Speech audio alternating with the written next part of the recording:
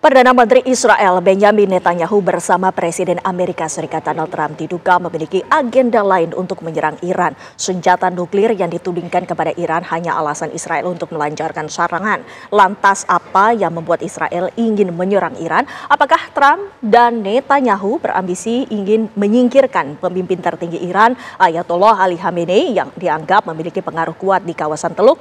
Nah, kita akan membahasnya pemirsa bersama Yon Mahmudi selaku pengamat Timur Tengah dari Universitas Indonesia. Selamat sore, Prof. Selamat sore, ya.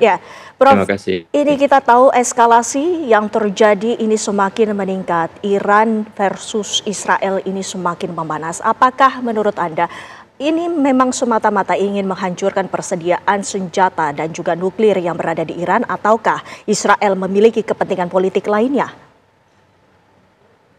Ya, kalau kita melihat perkembangan terakhir ya, serangan Israel ke Iran, kemudian juga isu berkaitan dengan nuklir dan pergantian kepemimpinan di Iran, itu juga tidak jauh berbeda ya dengan modus yang pernah dilakukan oleh Amerika di dalam menumbangkan rezim Saddam Hussein ya.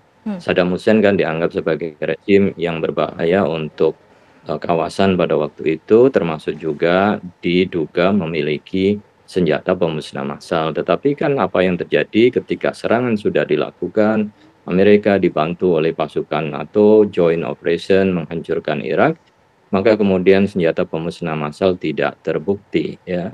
Masyarakat sipil sudah menjadi korban, puluhan ribu bahkan mungkin mencapai ratusan ribu ya, yang terbunuh, termasuk juga pada akhirnya Saddam Hussein dijatuhkan. Apakah kemudian kondisi Iran menjadi membaik? Kan sebenarnya juga tidak ya, bahkan konflik demi konflik terus berkepanjangan.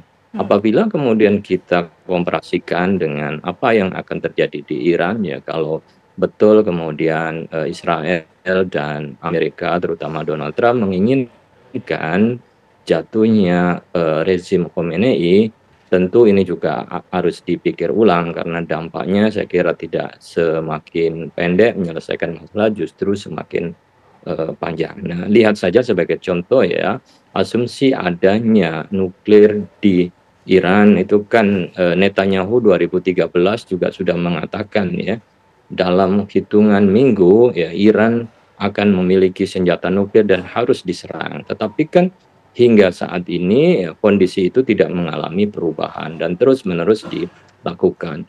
Kalau toh seandainya kemudian Iran memiliki kapasitas di dalam menyerang menggunakan nuklir, apakah kemudian sebuah negara yang tahu bahwa suatu negara itu memiliki senjata nuklir berani untuk menyerang? Tentu kan juga akan berpikir kalau berani menyerang pasti akan mendapatkan serangan balik. Jadi serangan yang dilakukan atas nama senjata pemusnah massal atau atas nama menghancurkan potensi senjata nuklir, saya kira banyak yang kemudian itu tidak bisa dibuktikan.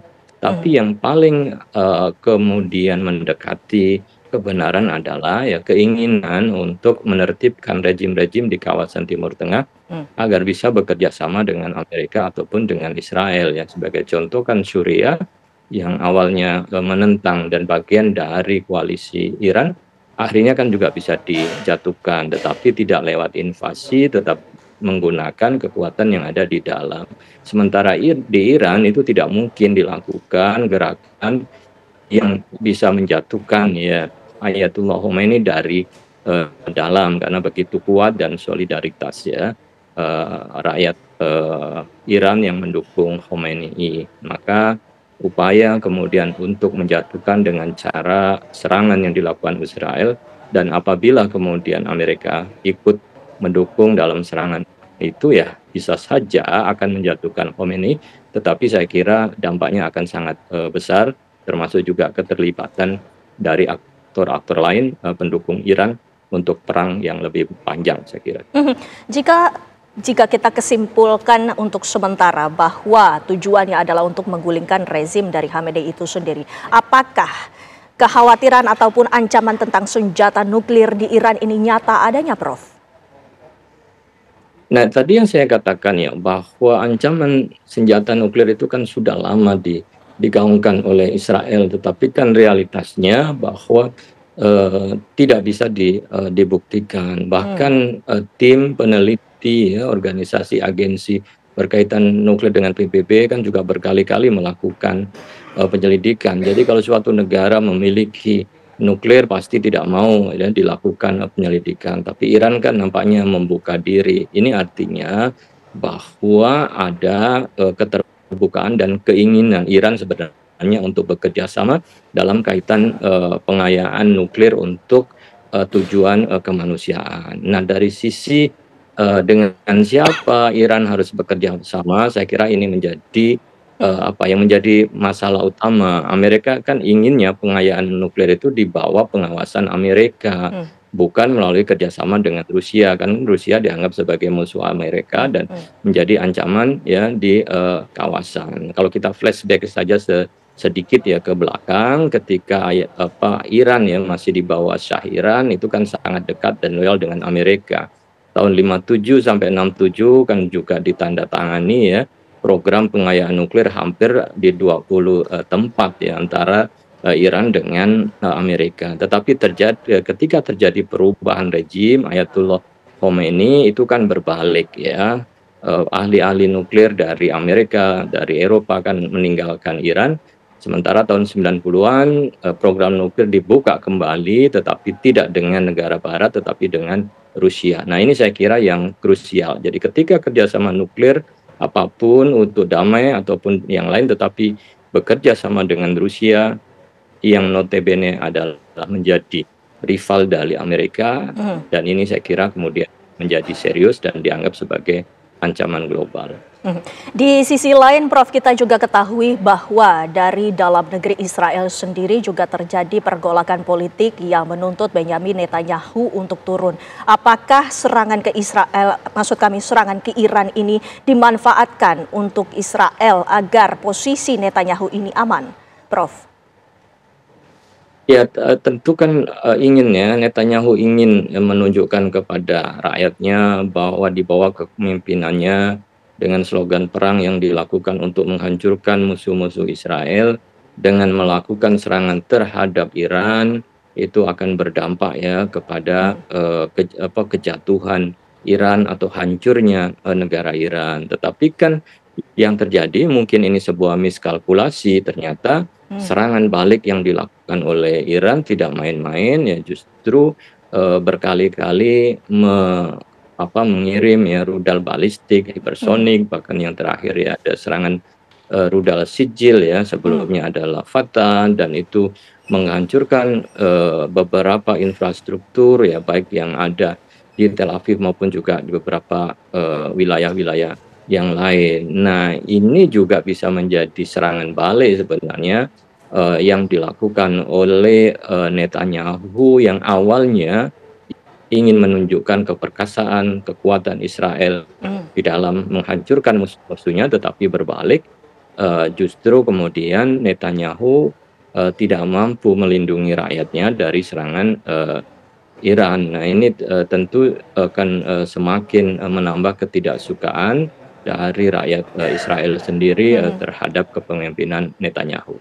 Dan kita ketahui bersama bahwa Netanyahu sepertinya juga tidak akan mundur dan jika benar hal itu, Amerika Serikat kemungkinan juga akan ikut terlibat dalam operasi ini. Seberapa besar, Prof, kemungkinan konflik ini akan meluas menjadi perang kawasan yang melibatkan negara Teluk dan kekuatan besar dunia lainnya, Prof?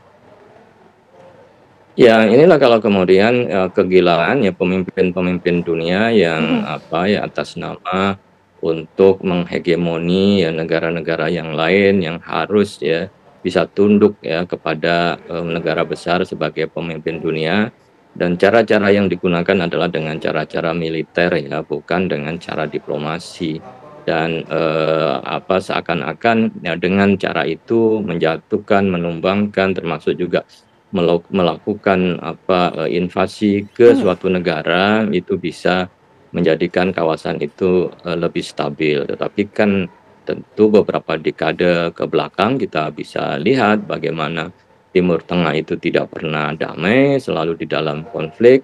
Itu kan karena pengaruh aktor luar yang memaksakan keinginannya bekerja sama dengan rezim penguasa yang ada termasuk dengan Israel guna menghancurkan negara-negara yang dianggapnya tidak bisa bekerja sama, dan itu dengan ancaman-ancaman militer. Nah, ini saya kira sebuah kesalahan besar kalau itu diulang kembali ya, dengan melakukan serangan, membantu Israel untuk menghancurkan Iran, termasuk juga untuk menjatuhkan rezim, karena stabilitas politik saya kira akan sulit dibayangkan terjadi apabila pendekatan militer, pendekatan perang ini digunakan lagi. Pasti akan terjadi serangan-serangan balik, retaliasi yang bisa saja akan semakin kuat dan membahayakan tatanan dunia secara global.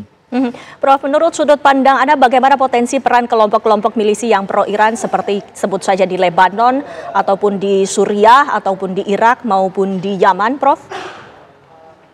Ya, milisi-milisi itu kan menjadikan Ayatullah sebagai pemimpin spiritual mereka yang lintas batas ya, transborder atau transnasional, karena ideologi mereka yang dibangun bahwa Ayatullah adalah pemimpin tertinggi buat mereka, baik itu yang ada di Irak, termasuk juga sebagian di Suriah, di Lebanon, dan juga yang ada di Yaman. Nah, kalau kemudian ada potensi, kemungkinan, ancaman terbunuhnya pemimpin revolusi mereka, pasti perlawanan akan semakin sengit, dan milisi-milisi itu secara sporadis ya, dipastikan akan melakukan serangan-serangan terhadap pangkalan-pangkalan militer Amerika yang tersebar di wilayah-wilayah yang berdekatan dengan milisi itu. Dan Houthi saya kira juga akan melakukan hal yang sama, perangnya menjadi perang habis-habisan kalau dari sisi dukungan terhadap Iran.